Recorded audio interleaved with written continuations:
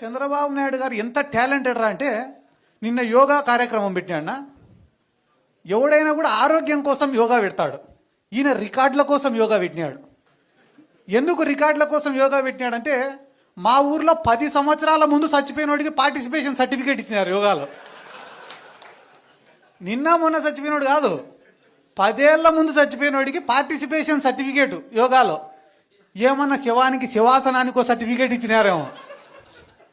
అంటే ఏం చేసినా కూడా దాంట్లో స్కామే ఉంటుంది తప్ప ప్రజల గురించి ఆలోచించి వాళ్ళు ఏమి కూడా చెయ్యరు. కానీ మీరందరూ కూడా గుర్తుపెట్టుకోవాల్సింది ఏమరా అంటే ఈ భారతదేశంలో ఇంకొక గొప్పటి అవకాశం. ఒకరిపైన ప్రేమతో ఓటేసేదానికన్నా ఇంకొకటి పైన కోపంతో ఓటేస్తారంట. ఈరోజు మళ్ళీ తెలుగుదేశం వాళ్ళకి ఫస్ట్ చెంపదెబ్బ అనుకోండి, మెట్టు దెబ్బ అనుకోండి పడేది ఆడినా తెలుసా? ఈ వైన్ షాప్ల కాడినే. ఒరే వైన్ షాపులు వచ్చినాయి, ఇంకా మన గల్లాపేట నిండుతుంది,